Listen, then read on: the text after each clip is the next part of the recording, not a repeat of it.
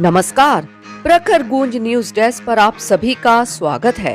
दोस्तों, आप सभी सुधी श्रोताओं और दर्शकों के लिए प्रखर गूंज लेकर आया है प्रखर गूंज किस्सों की पोटली से एक नया किस्सा।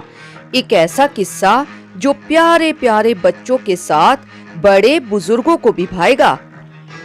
आज हम आपके लिए लाए हैं बिलासपुर छत्तीसगढ़ की आदरणीय प्रेमलता यदू जी की कहानी।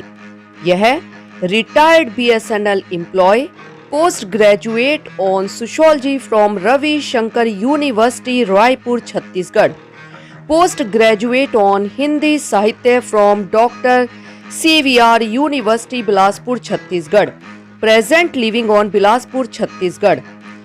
प्रेमलता जी की कविता, कहानियां और लेख विभिन्न पत्र पत्रिकाओं में प्रकाशित होते रहते हैं। दोस्तों, सुनते हैं प्रेमलता यदू जी की कहानी।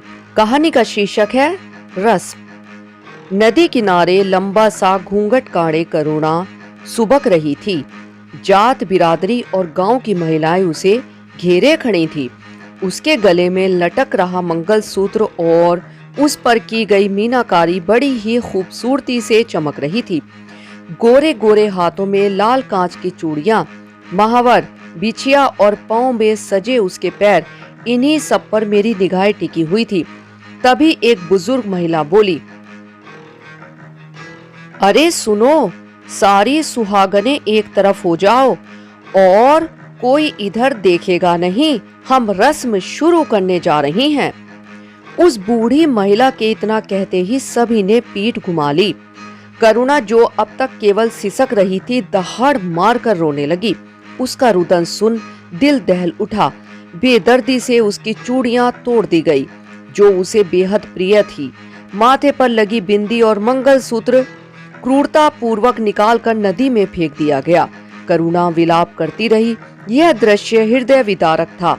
इतना सब होने के पश्चात उस पर सफेद साड़ी इस प्रकार लपेट दी गई जैसे किसी मुर्दे पर कफन। परंपरा और रस्म के नाम पर चल रहा यह भयावह खेल सदियों से स्त्री के साथ ऐसा ही खेला जा रहा है। एक जिंदा इंसान को चलते फिरते लाश में तब्दील कर देता है।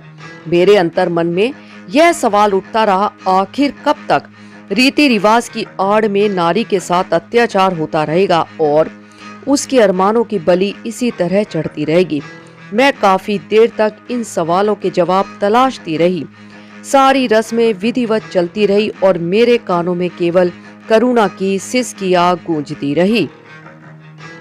यह कहानी थी प्रेमलता यदू जी की। दोस्तों, आशा करते हैं आपको हमारी यह रचना पसंद आई होगी। इसी प्रकार की अन्य रचनाएं और कहानियां सुनने के लिए जुड़े रहे हमारे चैनल प्रखर गूंज के साथ। यदि आपने हमारे चैनल को सब्सक्राइब नहीं किया है तो कृपया हमारे चैनल को लाइक और सब्सक्राइब करें। धन्यवाद।